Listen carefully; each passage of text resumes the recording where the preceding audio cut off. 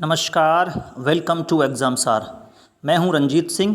पूरी दुनिया अभी कोविड-19 की त्रासदी को भूल भी नहीं पाई है कि मंकी पॉक्स वायरस ने एक बार फिर पूरी दुनिया के लिए ग्लोबल हेल्थ क्राइसिस खड़ा कर दिया है।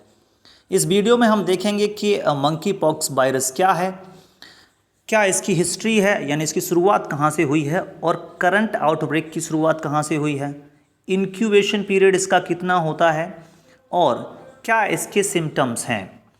और ये भी देखेंगे कि हम इसका ट्रांसमिशन यानी एक व्यक्ति से दूसरे व्यक्ति पे कैसे फैलता है।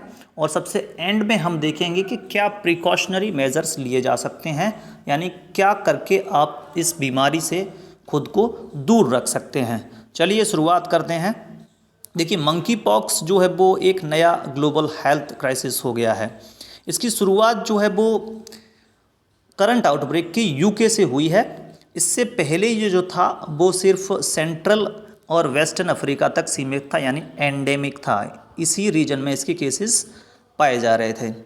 अभी ये 78 देशों में लगभग इसके केस पाए गए हैं और इसमें से 76 देशों में तो कन्फर्म्ड केस पाए गए हैं।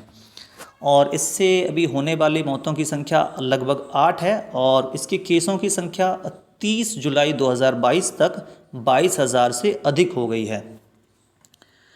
अब देखते हैं कि इसकी शुरुआत कहाँ से हुई है, इसका इतिहास क्या है। तो मंकी पॉक्स ये जो बर्ड है ये कहाँ से आया है, तो ये मंकी पॉक्स बर्ड इसलिए है क्योंकि सबसे पहली बार डेनिस लेबोरेटरी में 1958 में मंकी में ही इस वायरस को देखा गया था। इस वजह से इसका नाम जो है वो मंकी पॉक्स वायरस है। पहला ह्यूमन में केस इसका जो है वो डेमोक्रेटिक बच्चे में देखा गया था, डेमोक्रेटिक रिपब्लिक ऑफ कॉन्गो में 1970 में। ठीक है जी। अभी इंक्यूबेशन पीरियड क्या होता है? इंक्यूबेशन पीरियड क्या होता है? इंक्यूबेशन पीरियड का मतलब ये होता है कि इन्फेक्शन से लेके सिम्टम्स अपीयर होने तक का जो समय होता है उसको कहते हैं इंक्यूबेशन पीरियड, जो इस बीमारी में 6 से लेके 13 दिन तक हो सकता है। और इसकी रेंज कभी कभी 5 से 20 भी हो सकती है, यानी कि इसके जो सिम्टम्स हैं वो 5 से 20 दिन में भी दिख सकते हैं। According to US Centre of Disease Control and Prevention main symptoms क्या हैं?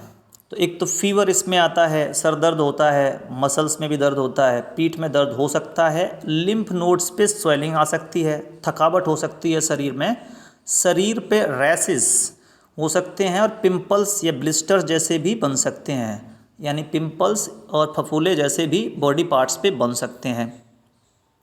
और ये फेस पे भी हो सकते हैं और माउथ के इनसाइड भी हो सकते हैं, यानी मुंह के अंदर भी आपके हो सकते हैं, और बॉडी के अलग अलग पार्ट्स पे भी, जैसे हैंड्स पे, फीट पे, चेस्ट पे या अदर बॉडी पार्ट्स पे भी ये हो सकते हैं।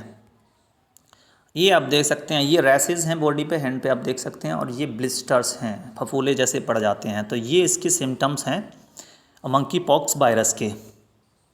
How monkey pox is transmitted, इसका ट्रांसमिशन कैसे होता है, यानी एक व्यक्ति से दूसरे व्यक्ति पे कैसे फैलता है, या फिर ये एक एनिमल से किसी पर्सन पे कैसे फैलता है। तो monkey pox is a viral zoonotic disease. इसका मतलब ये है कि ये पर्सन से पर्सन पे भी फैल सकती है और एनिमल से पर्सन पे भी स्प्रेड हो सकती है।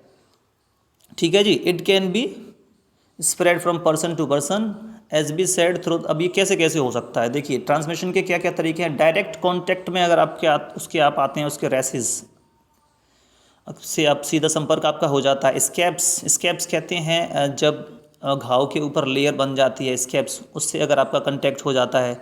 रेस्पायरेटरी सीक्रेशंस का मतलब ये है कि खांसते या छींकते समय पे जो रेस्पायरेटरी ड्रॉपलेट्स होती हैं, अगर वो इनहेल आप कर जाते हैं, सांस के साथ अंदर चली जाती है, तब भी कोई व्यक्ति इन्फेक्ट हो सकता है। फेस टू फेस कांटेक्ट से भी हो सकता है और इंटीमेट फिजिकल कांटेक्ट से, जैसे किसिंग, कडलिंग और सेक्स, इससे भी ट्रांसमिट हो सकता है मंकी पॉक्स वायरस। एक बात आपको यहाँ याद रखनी है कि इसके शुरुआती केस जो हैं वो बाइसेक्सुअल लोगों में रजिस्टर किए गए थे, यानी उन्हीं में देखे गए थे जांच में।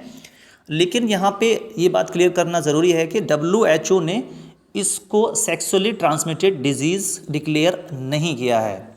और ये भी कहा है वर्ल्ड हेल्थ ऑर्गेनाइजेशन ने कि किसी पर्टिकुलर सोशल ग्रुप को स्टिग्मेटाइज करना इज़ नेवर ओके, मतलब इस वजह से कि ये इन्हीं में हो रहे हैं, ये ठीक नहीं है, क्योंकि ये ट्रांसमिट जो है वो किसी बच्चे में भी हो सकता है, मेल फीमेल किसी से भी हो सकता है। Precaution to avoid monkey pox, अब क्या मेजर्स हैं आप जो ले सकते हैं अवॉइड करने के लिए इसको, तो ये बहुत आसान है और ये फॉलो करने हैं अगर इस मंकी पॉक्स के और ज़्यादा स्प्रेड होने से रोकना है तो फिजिकल कांटेक्ट कम से कम करना है उन लोगों के साथ, उन लोगों से दूरी बनाए रखनी है जो सिम्टमेटिक हैं और सिक हैं। Do not kiss, hug and do not share eatings, physical contact कम से कम करना है और ईटिंग यूटेंसिल्स यानी खाने पीने के जो बर्तन होते हैं उनको शेयर नहीं करना है। हाथ को बार बार साबुन से अच्छे से धोना है और keep your hands away from the eyes, nose and mouth, यानी अब हाथ को बार बार अपने मुंह, नाक, आँख से नहीं लगाएं जिससे कि उसका कांटेक्ट हो जाए। तो that's all in this video. If you like this video you can hit the like button and subscribe our channel. Thank you.